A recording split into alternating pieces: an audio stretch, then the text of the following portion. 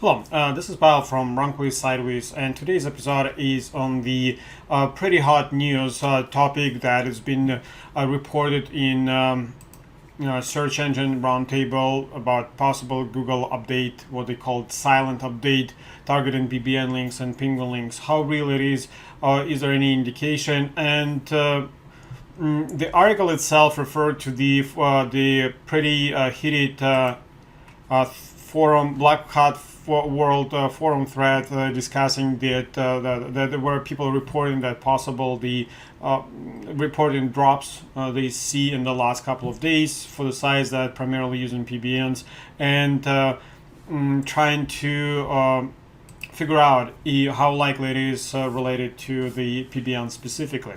So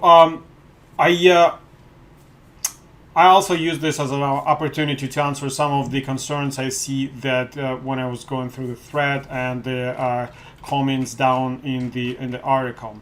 Well, first of all, how likely that Google has another update? Well, the article at the bottom has graphs from several tools that are measuring volatility of SERP results, and you can clearly see that there is a higher than usual a level of volatility, so that's probably suggests that there was a Google update. Going back to the October, I guess, Penguin 4 was a big announcement that it's going to be real time. So real time means exactly what's happening now. So they don't need to announce, they don't need to roll in something that was being developed in the sandbox for a long time, and after that finally merged in the main index. It's part of the main Google algorithm, and it's real time. So there is I don't know, the last number I saw, and it's been circulated for a long time enough, so probably incorrect. Then Google rolls in like 200 updates a year, tweaking the algorithm. So only a few of them going into public announcement of the changes. Now this is the same is true with Google Penguin. So they don't need to announce this. They will make changes and they roll in. So how likely it is? How likely this update goes after PBN? So I always go back to the stamp. This is abbreviation PBN, and how it is. Like, some people see this as magic, sometimes see it as a scary thing that there's PBN is dead. It's like it's a mantra for some for years and years. So, and others just claim they use PBN effectively every day and still produce tremendous results. PBN stands for Private Block Network. Private Block Network originally created was started, I don't know, a long time. So what it was, 2008, 9. First private block networks, huge. There was a Google slap on this networks. Then people start moving more into private. But if you look at any place that is currently like I use Facebook, any of the groups I personally have in my list, and there are quite a few of them with the PBN in the name. You will see that activities of renting links or people buying links from existing PBNs, it's much higher to compare to the people buying expired domains to establish their own PBN. So PBN could be private block network, but it also can be public block network. So if you buy a PBN from public network, it's not anymore the same as when you own your own PBN. But so again, so how likely it is the PBN will be slapped?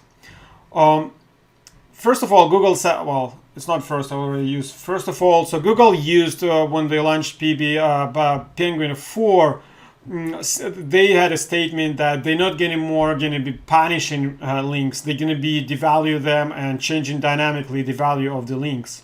So are they going specifically for PBN to devalue links of the PBN? Well, the same people who just carry even mentioned PBNs are hunting for, let's say, local citations links, and how PBN is different from the local directory of roofers, let's say in Ontario. only if you can tell like that site has a purpose to exist different than just placing links, and site has live visitors, live audience. So anything else is very, very debatable. So which site is PBN? So what about image uploading site or document shared site? Is this a PBN or not? Essentially, this is tier one network you might have in your arsenal. What I absolutely believe in is that sooner or later that, and there's a trend already that sites, so I will avoid of PBN, the sites that people use as a tier one solely on the purpose, on the premise of using pre-existing link profile they acquired when they get expired domain, will be having kind of diminishing impact on the SEO. So you have only links, you don't have content, you have no fresh content, you have no backlinks. You're not interested, you're not attracting Google bots. So as a result, so those links from those sites are getting less value. It doesn't really matter that you have a backlink. Of course, real visitors that are coming from link. Let's say if you acquire a domain, that if you have a domain in your PBN that has pre-existing link from major media site or the Wikipedia, and actual users coming through, the real visitors will adjust the value of the link, adjust the value of the domain. But itself, domain metrics will already not enough, and will be less and less valuable to estimate how impact PBN will do. So you have to post the content, you have to do fresh content, you have to refresh content. Like remember, PBN is a new money site. The only actual indication if the PBN is an authority in the niche you're trying to use it for is if you can rank the PBN. Even if you do long-term tail keywords and you measure and you try to promote, if you don't get it ranking, forget it. So it's not ready, at least not ready. So you can work more on the domain, but you can't use it for to build links to your money sites or your clients.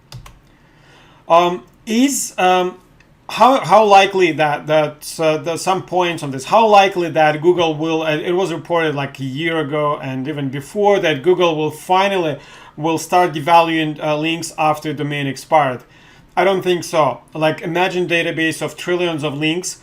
So not only you need to crawl them, but you need to now put a date stamp on them and say, hey, this link was before the site for some reason disappeared, and after that it's appeared, and therefore I'm not counting this long. It's too much for the too much of the effort to get the result that can be achieved some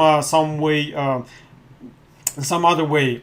So if there's a link, I think even if you are restored the domain, the link is going to be working unless it's dropped. The another problem is that the index linked. So when you have a link profile, you just get it.